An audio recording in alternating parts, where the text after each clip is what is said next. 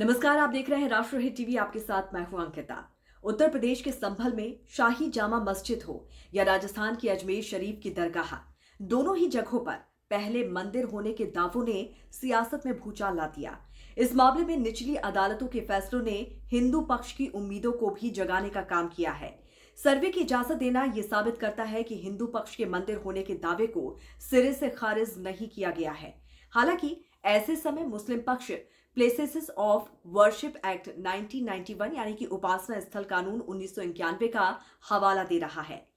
चूंकि भारत विविधताओं का देश है और ऐसे में धार्मिक स्थलों से जुड़े विवाद भी लाजमी है, क्योंकि जहां पर चार बर्तन होंगे वहां आवाज करेंगे ही।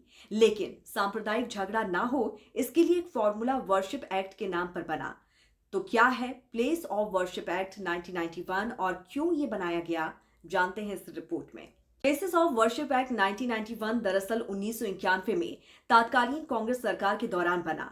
नरसिम्हा राव तब देश के प्रधानमंत्री हुआ करते थे। 90 का दशक राम मंदिर आंदोलन की वजह से सुर्खियों में था।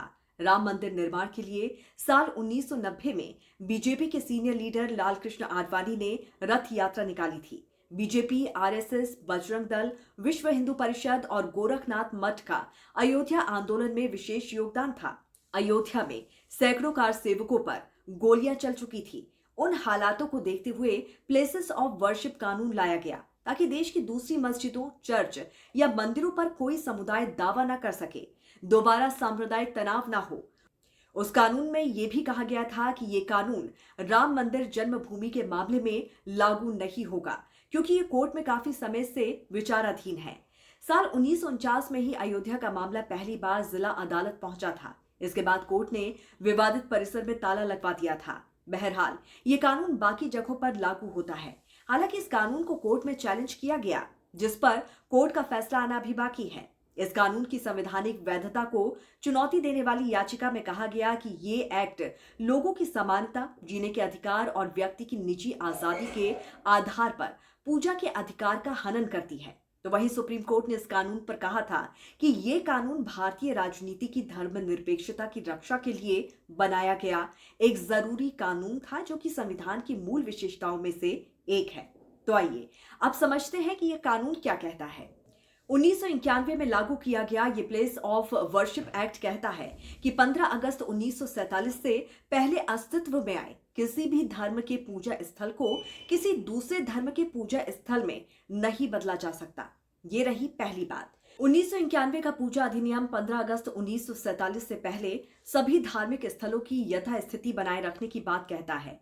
वो चाहे मस्जिद हो, मंदिर या चर्च या अन्य सार्वजनिक पूजा स्थल, वो सभी उपासना स्थल इतिहास की परंपरा के मुताबिक ज्यों का त्यों बने रहेंगे। उसे किसी भी अदालत या सरकार की तरफ से बदला नहीं जा सकता। ये रही दूसरी बात। यदि कोई इस एक्ट का उल्लंघन करने का प्रयास करता है तो उसे जुर्माना और 3 साल तक की जेल भी हो सकती है। यह है तीसरी बड़ी बात।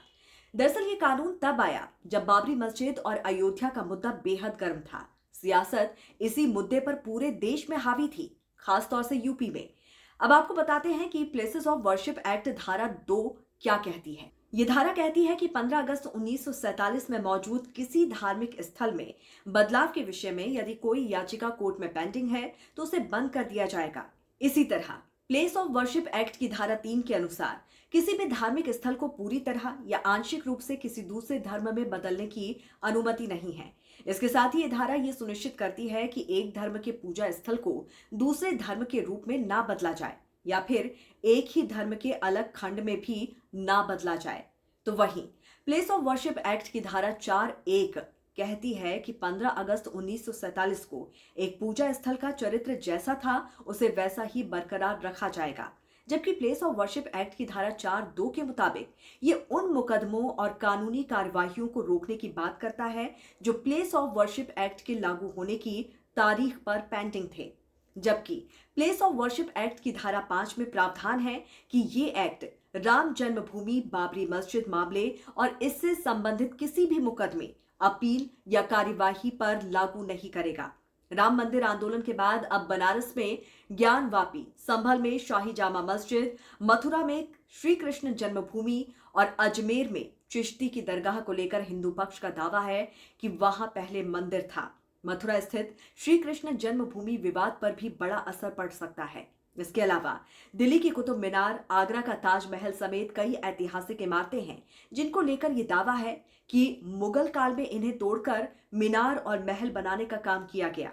हालांकि संघ प्रमुख मोहन भागवत का कहना है कि अब हर मस्जिद या मजार में मंदिर ढूंढने की जरूरत नहीं है।